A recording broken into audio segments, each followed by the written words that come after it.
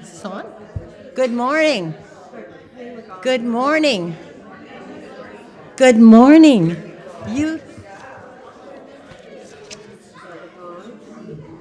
Oh, the gong. That's why you didn't stop talking. You are, yes. I was going to give Keen a special greeting since he was up here at the last minute adding to his notes. Good morning, everybody. Good morning. To all of you joining us here in the chapel and those of you on YouTube, we welcome you. I'm Jean Weigant, your worship leader today, and we're especially glad to have those of you who may be with us for the first time and hope to see you again soon. I'd like to remind you to please silence any electronic thing that makes noise, phones, whatever. Our speaker today is our own Reverend Robin, and her topic is Open Your Arms If You Want to Be Held, a sermon towards devotion. Today we acknowledge that Eastrose sits on the occupied territory of the Clackamas Chinook people who were forcibly displaced from this land to the Grand Ronde Reservation in 1855. We acknowledge the sacrifice endured by the ancestors of this land, and that our presence here today is only possible because of the injustices committed against them. We recognize the inherent sovereignty of the Chinook Nation and Confederated Tribes of Grand Ronde, who carry on the traditions, history, and legacy held by their ancestors from time immemorial to this day. We seek meaningful relationships with these communities that foster repair. And now let's take a moment and greet each other here today, both in the chapel and online. Please stand and face the cameras by the clock on the back wall and wave hello to our friends online. And then turn and greet your neighbor and say hello.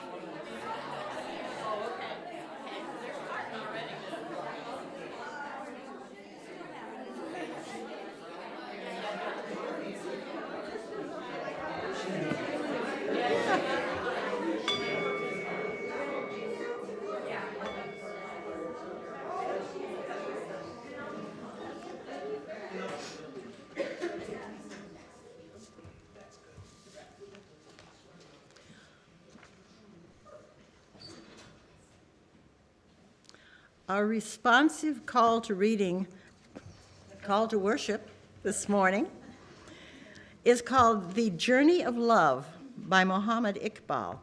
I will read the gold part and you read the white, please. Where is our hearts in this burning of desire? Where? Let me start again. I usually read really well. Where in our hearts is that burning of desire?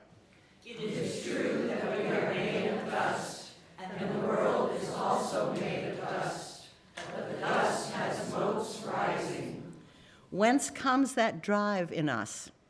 We look to the starry sky, and love storms in our hearts. Whence comes that storm? The journey of love is a very long journey. But sometimes, with a sigh, you can cross that vast desert. Search and search again without losing hope. You may find sometime a treasure on your way. My heart and my eyes are all devoted to the vision.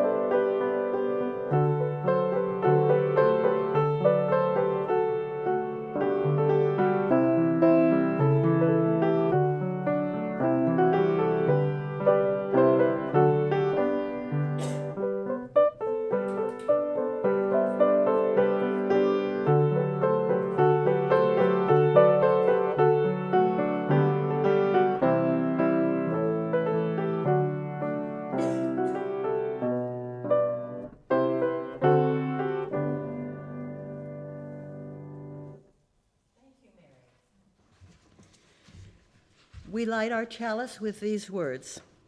If ever there were a time for a candle in the darkness, this would be it.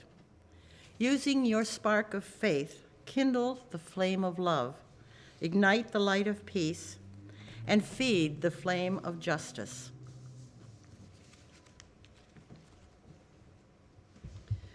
Thank you, Jean. Good morning, everyone. Good morning. Good to see you here today and to celebrate with you this Sunday morning and worship with you and just be together. You know, the theme of the service today and the opening words is, I think, kind of a provocative poem by Marge Piercy called To Have Without Holding. She writes, learning to love differently is hard. Love with your hands wide open. Love with the doors banging on the hinges, the cupboard unlocked, the wind roaring and whimpering in the rooms, rustling the sheets and snapping the blinds that thwack like rubber bands in an open palm. It hurts to thwart the reflexes of grab, of clutch, to love and let go again and again, to love consciously, concretely, constructively. I can't do it, you say. It's killing me. But you thrive. You glow on the street like a neon raspberry. You float and sail like a helium balloon. To have and not hold. To love with minimized malice, hunger and anger, moment by moment, balanced. Our opening hymn is number 129 in the gray hymnal, Let Love Continue Long, and the words will also be on the screen. Please rise as you are able.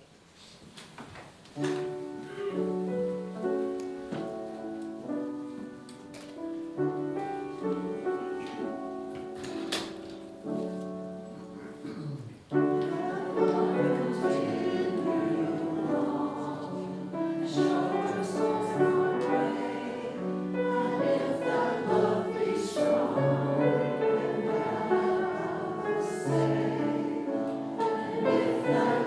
remain, we make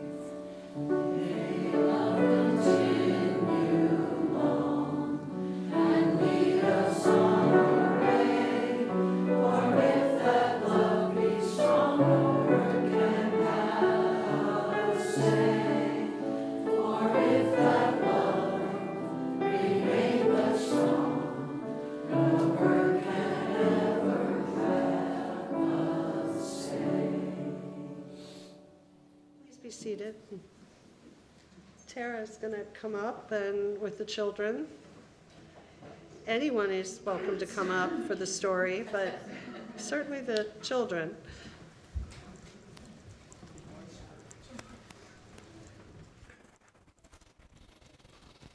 Good morning. Today's story is called Ginger Finds a Home by Charlotte Volk. It's not a typical Valentine's Day story, but it is a love story. Ginger is a stray cat who has learned how to survive. Don't get too close, don't get trapped, and definitely don't trust. So what happens when someone shows up and keeps showing up with gentleness, patience, and open arms? Let's see what Ginger does. This is Ginger Finds a Home. Once there was a little orange cat who lived in a patch of weeds at the end of a garden. His ears were black with dirt. He was very thin. His fur stuck out. His tail was like a piece of string. He drank water from puddles. He looked in trash cans for things to eat. Every day he searched for food, and every night he went back to his patch of weeds to sleep. Then one day, everything changed. The little cat had found only a bit of bread to eat, and he was cold and hungry as he came back to his patch of weeds. He stopped. There on the ground was a plate of delicious cat food. He couldn't believe his eyes. He gobbled it up and went to sleep. He had never slept so well. The next night, he found another plate of food waiting for him, and something else. A little girl. "Hello," she said. She tried to stroke his fur, but he was frightened and ran to hide in the weeds. "See you tomorrow," said the little girl. She came to visit him every day. She brought him nice things to eat. She called him Ginger. Soon, Ginger looked forward to seeing the little girl. He came when she called, and when she stroked him, he purred. The little girl loved Ginger. "Ginger," she said, "you can't stay here. Why don't you come home with me?" So Ginger followed the little girl home. He had never been in a house before. He looked in all the corners and under all the furniture, but poor Ginger was so nervous that when the little girl tried to shut the door, he ran out into the garden as fast as he could. The little girl looked outside. She couldn't see him anywhere. "Ginger," she called, but Ginger didn't come. "I've frightened him away," she said. "He doesn't want to live with me." The little girl was very sad. She was so upset she didn't notice when Ginger came creeping back in. "Meow," said Ginger. "Ginger," said the little girl. Now Ginger lives with the little girl in her house. He's a very happy cat. And the only time he ever goes back to the patch of weeds at the end of the garden is to sunbathe. Ginger learns that love can be safe and gentle, and one of the bravest things we can do is lean into it instead of pulling away, choosing to love and be loved a little bit at a time. And now we've reached the time for Reverend Robin and the adults to keep talking, and we'll move into our RE classroom. If the adults along the center aisle will form a bridge, we'll sing the children out.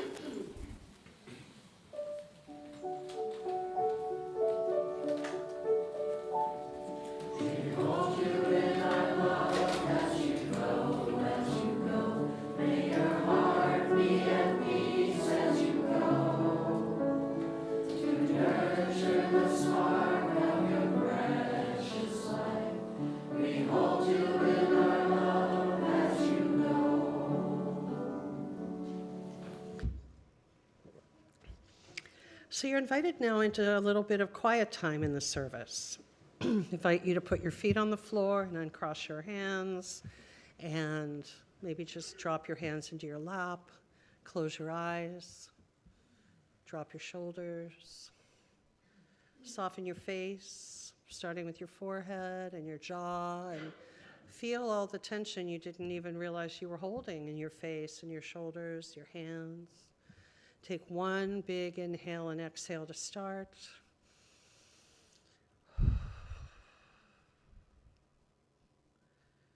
And begin some intentional rhythmic breathing. 4 beats in slowly through your nose, 5 or 6 beats out slowly through your mouth, creating a rhythm that's comfortable for you, and creating spaciousness from the crown of your head down to the soles of your feet. And just focus on the breath and breathe.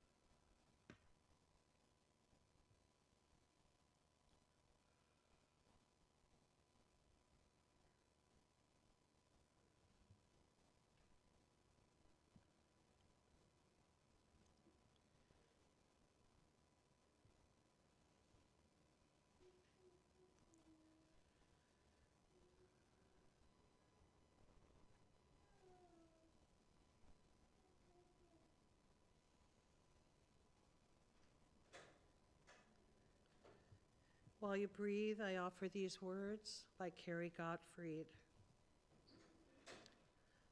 Love loudly, spirit of light, spirit of life, of all that is good and bad and in between. Give me the courage and the inspiration to love loudly, to share my joy and compassion with others, to let them know how much I appreciate them. We all give and receive love, but loving loudly is one of the greatest gifts of all, and it's so simple. All it requires is one person who is willing to say to anyone and everyone, "You are loved, you are worthy of love, you deserve to be loved." Spirit of life, help me spread love throughout my communities. Help me teach others to love loudly so that it begins to circle around, so that I can hear it too. Blessed be, and amen.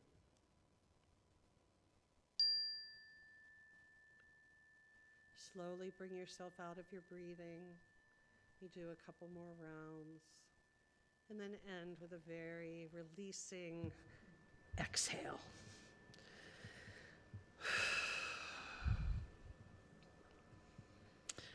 We'll sing our spirit song seated. We're singing Spirit of Life, number 123 in the gray hymnal. We will sing it in English, and then we will sing it in Spanish. The words will be on the screen.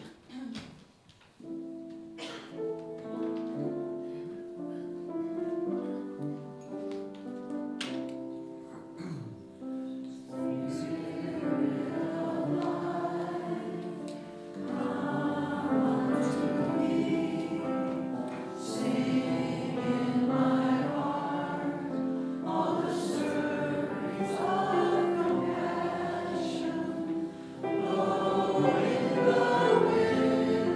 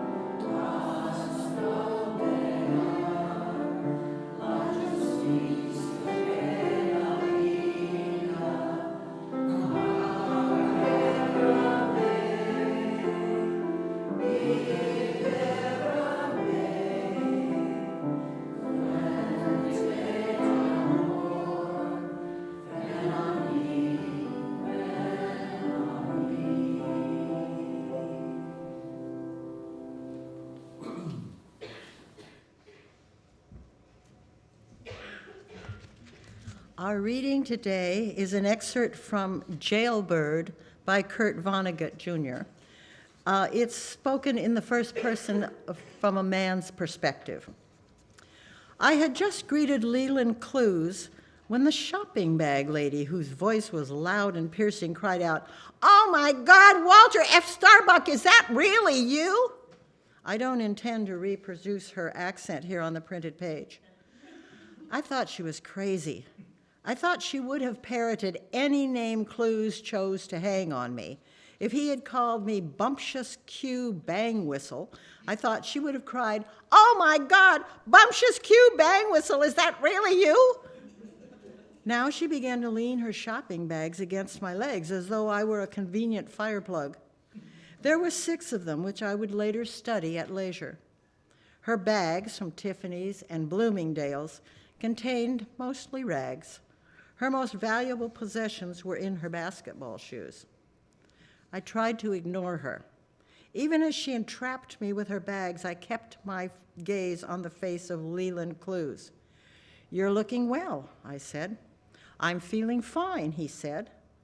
To my horror, the shopping bag lady had taken hold of me with her filthy little hand. "This is your wife?" asked Clues.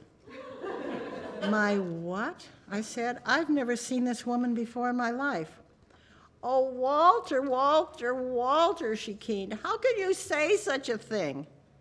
I tried to pry her hand off me, but the instant I returned my attention to Clues, she snapped it onto my wrist again. "Oh, Walter, Walter, Walter," she lamented. "What has become of you? You're not the Walter F. Starbucks I knew." "That's right," I said, "because you never knew any Walter F. Starbucks at all." Then the shopping bag lady offered some proof that she really did know me by mentioning the maiden name of my deceased wife. I took another look at her and realized that we had been together during my senior year at Harvard. She was one of the 4 women I had ever loved. She was the first woman with whom I'd had anything like a mature relationship. She was the remains of Mary Kathleen O'Looney. Mary Kathleen's shopping bags were still banked around my legs, and I was immobilized. She grasped my wrist and would not lower her voice. "Now that I've found you, Walter," she cried, "I'll never let you go again." Nowhere in the world is this sort of theater being done anymore. I can testify from personal experience that great crowds can still be gathered by this type of melodrama. "You used to tell me all the time how much you loved me, Walter," she cried. "But then you went away and I never heard from you again. Were you just lying to me?" I may have made some responsive sounds, blah, or perhaps blah. "Look at me in the eye, Walter," she said. Mary Kathleen and I must have seemed like a miracle to the crowd that had gathered. The rescue of at least one shopping bag lady by a man who knew her well. Some people were crying. I myself was about to cry. "Hug her," said a woman in the crowd. I did so. I found myself embracing a bundle of dry twigs that was wrapped in rags. That was when I myself began to cry. I stood there hugging her and crying for the first time since my wife had died, in our little brick bungalow in Chevy Chase, Maryland.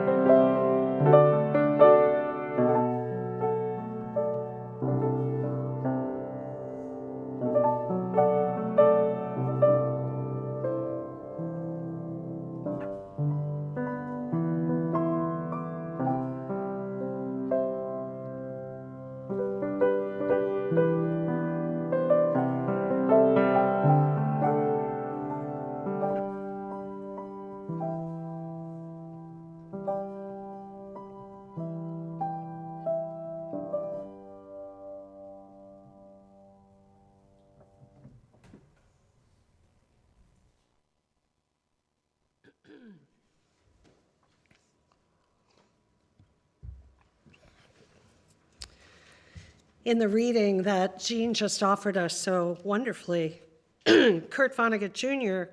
gives us one of his quirky but poignant vignettes of a ragged street person named Mary Kathleen O'Looney, who surrounds a lost love named Walter F. Starbuck in a busy city plaza.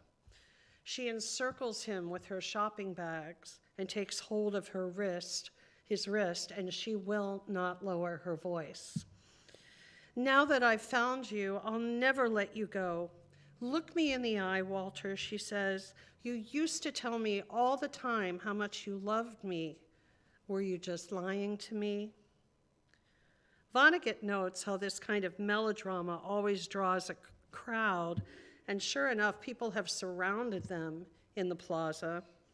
Some people were crying, the story goes.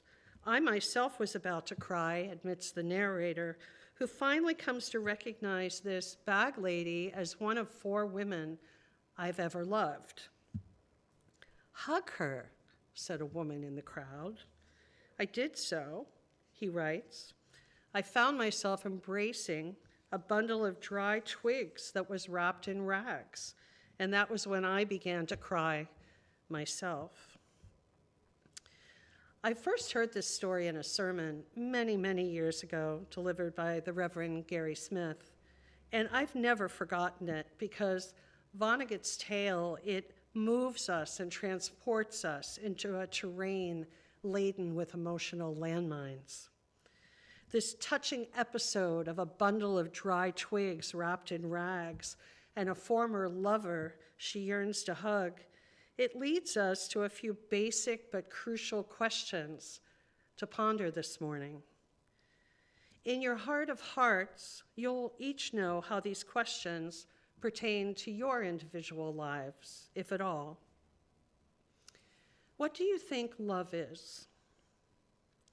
Are you willing to treat your beloved as beloved?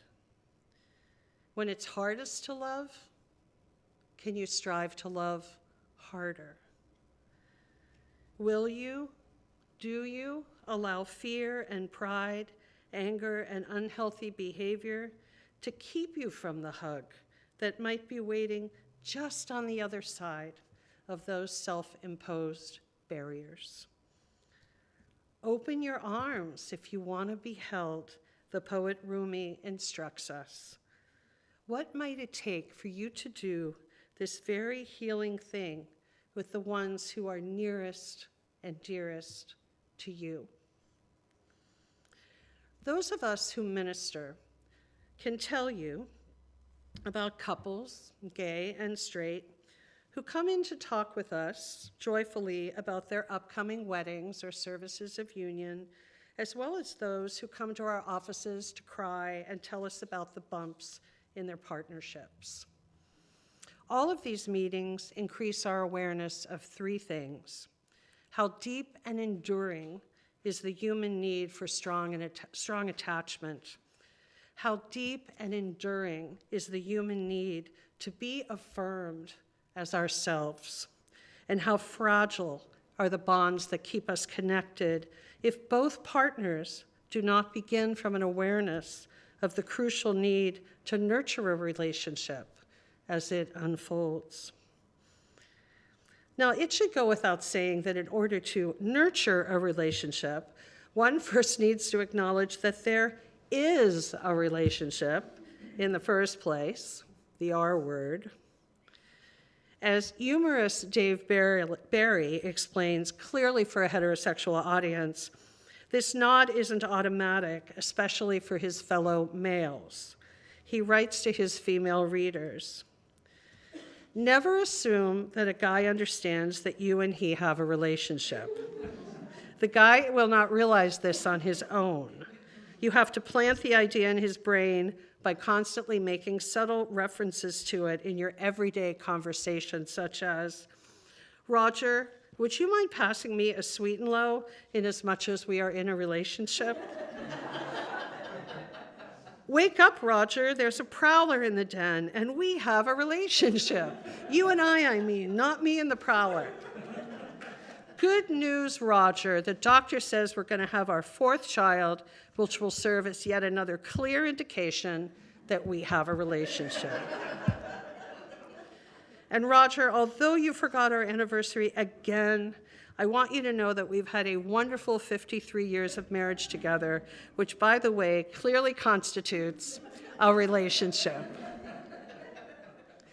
Barry's dead-on humor does make us laugh, but the truth behind that wit might skewer our hearts.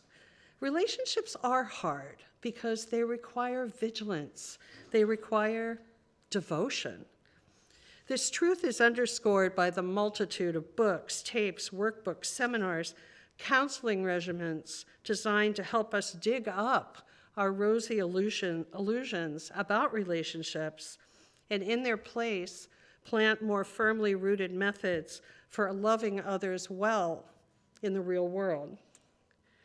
Now, arguably, the most famous prescription for love appears in St. Paul's letter to the Corinthians in the New Testament. This idealized but wise view of love is not surprising, one of, if not the, most popular reading at weddings. Of course, if this love litany came with a step-by-step, easy-to-follow instruction manual, we'd likely see a drop in the need for marital counseling, in domestic abuse cases, and in the demoralizing 48% divorce rate. Now, many of us know these words. Love is patient, love is kind, love is not envious or boastful or arrogant or rude. It does not insist on its own way. It's not irritable or resentful. It does not rejoice in wrongdoing, but rejoices in the truth. It bears all things, believes all things, hopes all things, endures all things. I'm exhausted. Although this definition appears hopelessly simplistic and unattainable, the truth is Paul gives us a love that is a revolutionary act. It really is, because it requires elbow grease and discipline. He never claims it will be a breeze. He never says, this is going to be easy. Love is patient, love is kind, and so forth. He doesn't say that. And many of us know that it isn't. There have been many a times when the last thing we've wanted to do is give or receive a hug, even if it's the thing that would make the most difference. Paul's love is an abiding love which recognizes that although affection and passion ebb and flow, commitment and compassion can and should remain steadfast. It's spiritual union. It's a love for grown-ups. It's a love that asks us to get out of the way. In its most fearless form, it is a dangerous and unfashionable love. When love is unfashionable, let us be poor in all but truth and courage, the poet Alice Walker encourages us. Love endures all things, writes Paul. Hug her, said a woman in the crowd. And I'm recalling now how this plea in Vonnegut's story comes after Mary Kathleen, desperate for acknowledgement, has cried out, "You used to tell me how much you loved me, Walter. Were you just lying to me?" Her words spring from the page and pierce our hearts. How personally some of us may relate to her anguish. Surely, not all relationships are salvageable, no matter how hard we love or how bravely we keep at it. I realize that. I am divorced myself, and also especially given my work with people who are experiencing divorce, that despite their best efforts, the relationship is unsalvageable. If you've struggled and been wounded in an unhealthy relationship that has ended, my heart is with you.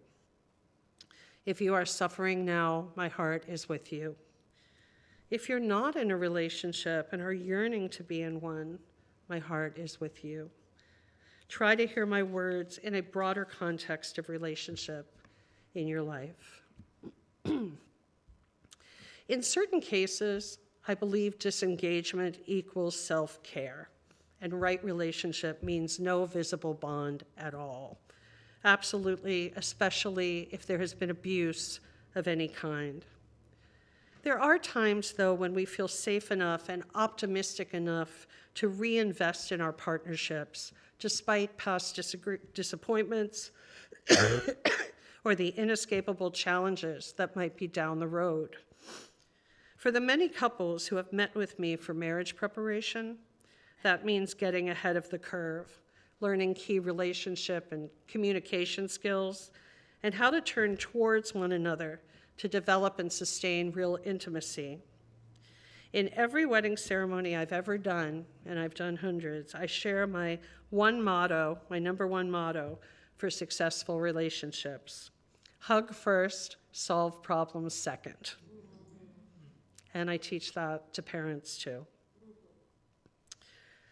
Oh, beloved, how numerous are my fears. I shall withstand all my fears as they arise within me, laments the psalmist. What is it we so often fear in our relationships?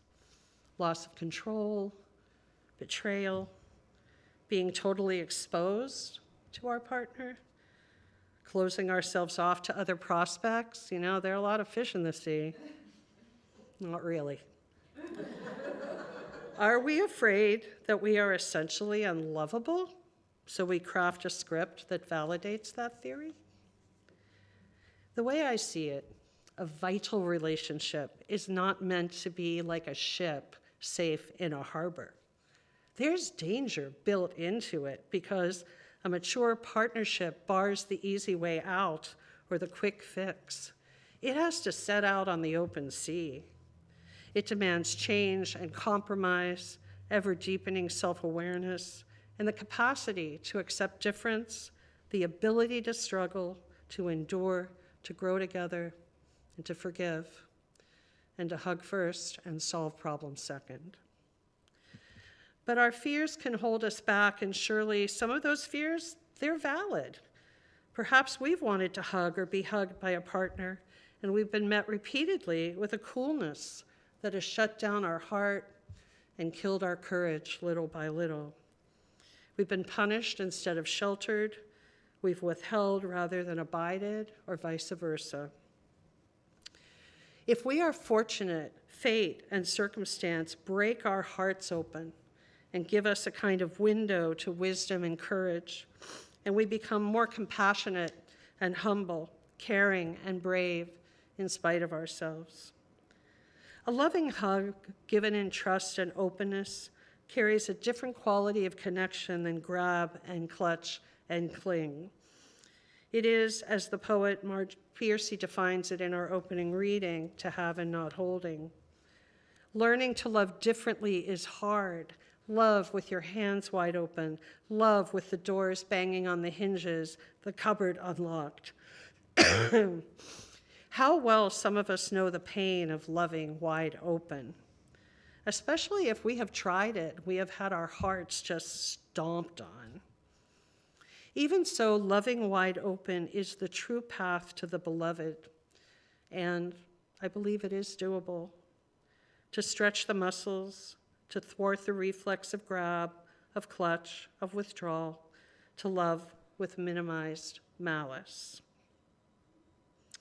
Piercy summarizes the how-to portion of this equation when she says, loving consciously, conscientiously, concretely, constructively. What might those adjectives mean to you personally in a current or potential relationship? Loving consciously, loving concretely, loving constructively. Yes, it may be dangerous. Yes, it will be challenging. And yes, it may lead to a depth of intimacy and union you've never experienced before, and a love you never dreamt was possible. And rather than tightening our grips on our partners, we liberate them. In effect, we say, I will trust you to love me honorably out of your own free will. I will not grab. I will not clutch. This is a great gift to give someone else, certainly more precious and enduring than flowers or chocolates. Speaking of which, Valentine's Day is just 6 days away, in case you haven't noticed. Saturday morning will come all too soon. Friday night, everyone will be there seeing what's left of the cards. FTD, overpriced restaurants, and Lindor truffles will hate me for this, but here goes. Roses wilt. Cultivate attentiveness. Valentines get tossed in memory boxes. Try respect. Charm fades. Develop humility. Chocolate goes right to the hips.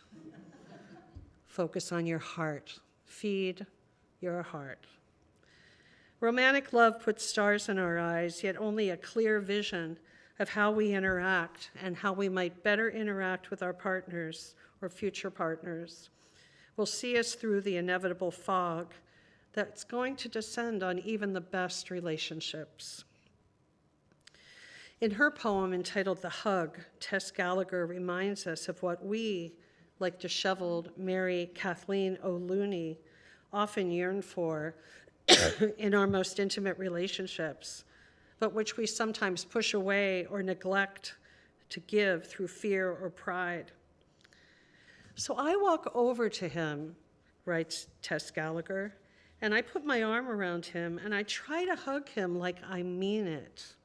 I put my head into his chest and I snuggle in. I lean into him. I lean my blood and my wishes into him. He stands for it. This is his, and he's starting to give it back so well. I know he's getting it, this hug.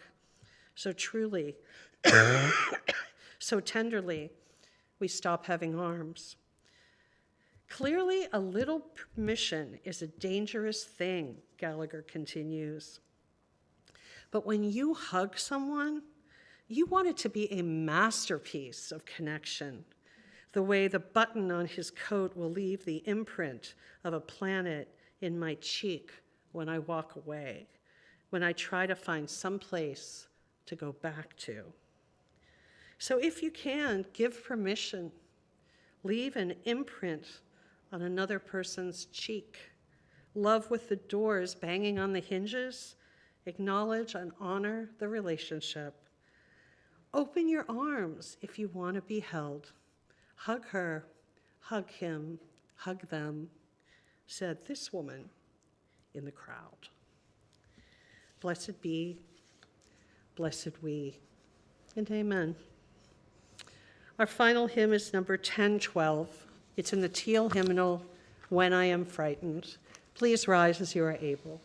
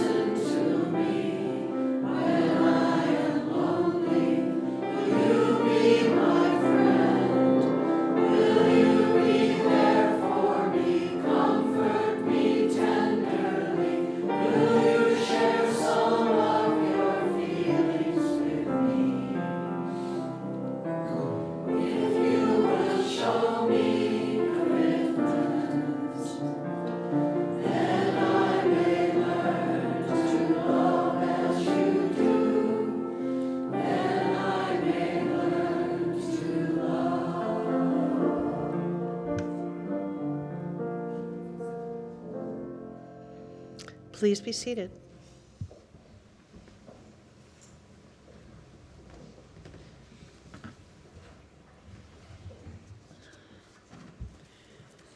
When we take our offering, we share half of the money collected each week with a local organization doing good works in the community. Snowcap Community Charities is our Sharing the Bounty partner from September through February. Eastrose has a long relationship with Snowcap. We are one of 25 local churches that founded Snowcap in 1967, and I got curious to find out who those other 25 churches were. I contacted Snowcap, I asked a couple people, and so far I've been unsuccessful. So if anybody can find a list of those 25 people and give it to me, I'll put extra money in the collection plate in your honor.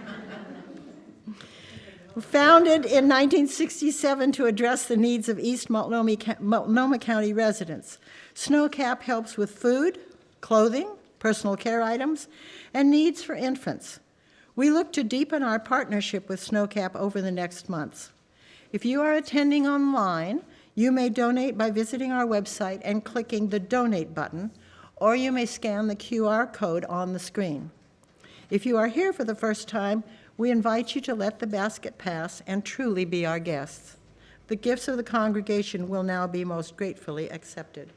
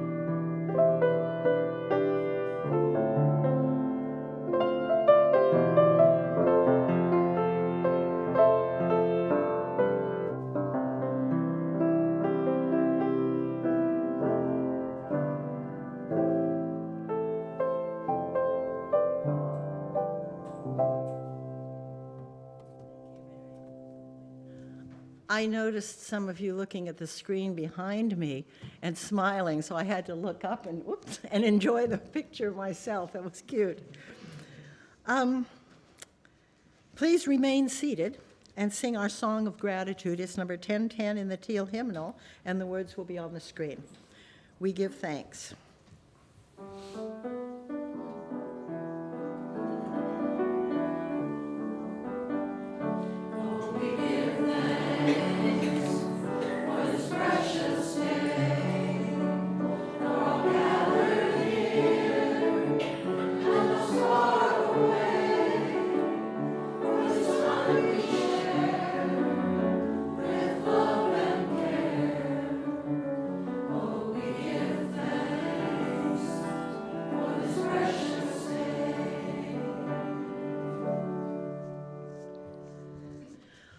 Our closing words are a poem by Shel Silverstein.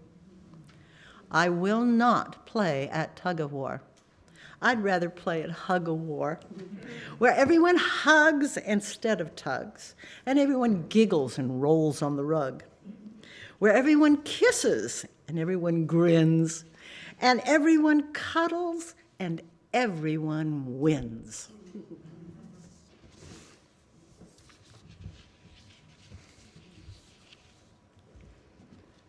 We extinguish our chalice flame to remind us love is the center. As we explore and rest, engage and heal, love remains the center.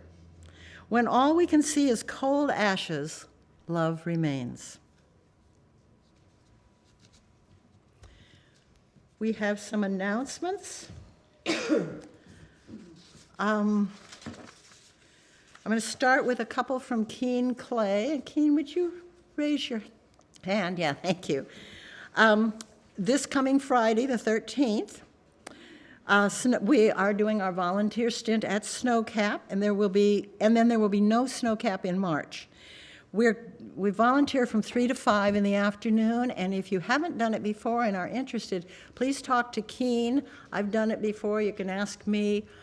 It's lots of fun, and it feels really good. And also, Keene says we're still collecting donations in the lobby for Snowcap.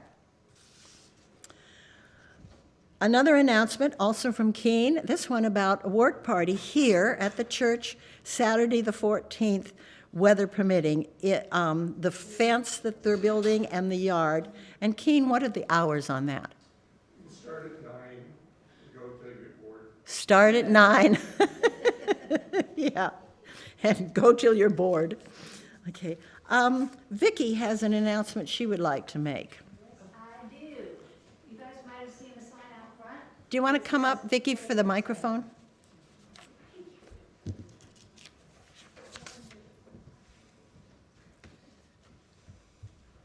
gonna put on my gear here, put on my bling. So you might have seen the sign out there that says Blingo, and you might have said, what the heck is Blingo? So I'm about to tell you.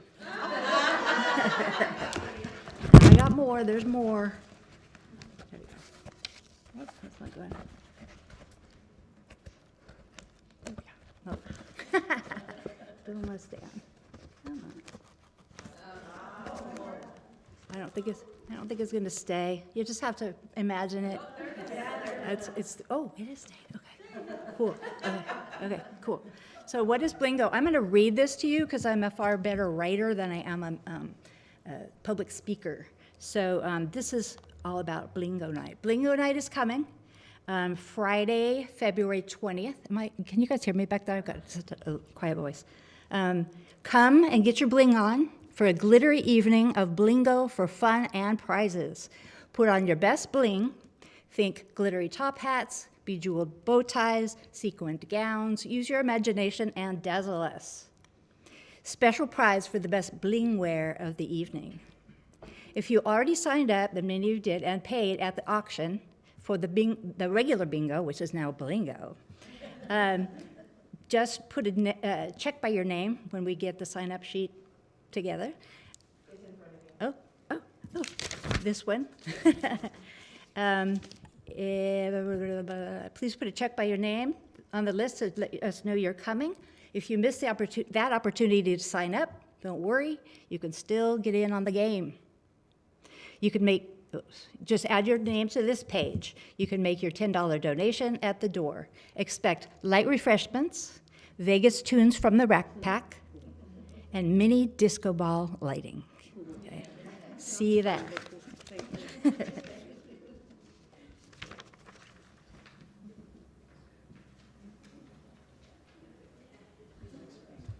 And Staffy Cheryl has a couple of announcements, and you have a microphone back there, I see.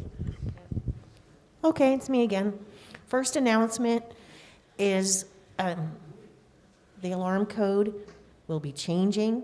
If you have a key to Eastrose and you don't want the alarm to go off when you come in on your own, please come see me. Think ahead, get an alarm code.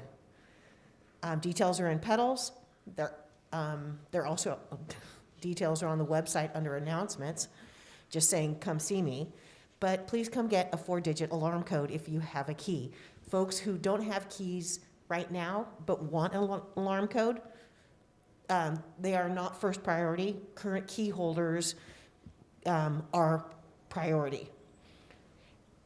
See me if you have questions. Second announcement is there is a food pantry that I've been going to since COVID, and it's an absolutely wonderful grassroots mom and pop food pantry that's over in South Madison. They've been self-funding for 16 years, feeding food, people in their neighborhood.